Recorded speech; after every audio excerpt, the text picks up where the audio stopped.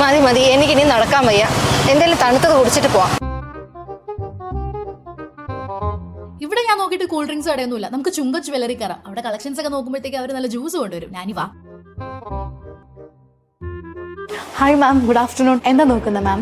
Juice, diamond ring. വരും മാം. മാം, ഇവിടെ അക്ഷയ തൃതീയ പ്രമാണിച്ച് എല്ലാ ഡയമണ്ട് പ്രോഡക്ട്സിനും 25% ഓഫ് ഉണ്ട്. പിന്നെ 15,000 രൂപയ്ക്ക് മുകളിൽ പർച്ചേസ് ചെയ്യുന്നവർക്ക് ഒരു ഗോൾഡ് കോയിനും സമ്മാനമായിട്ട് കിട്ടും.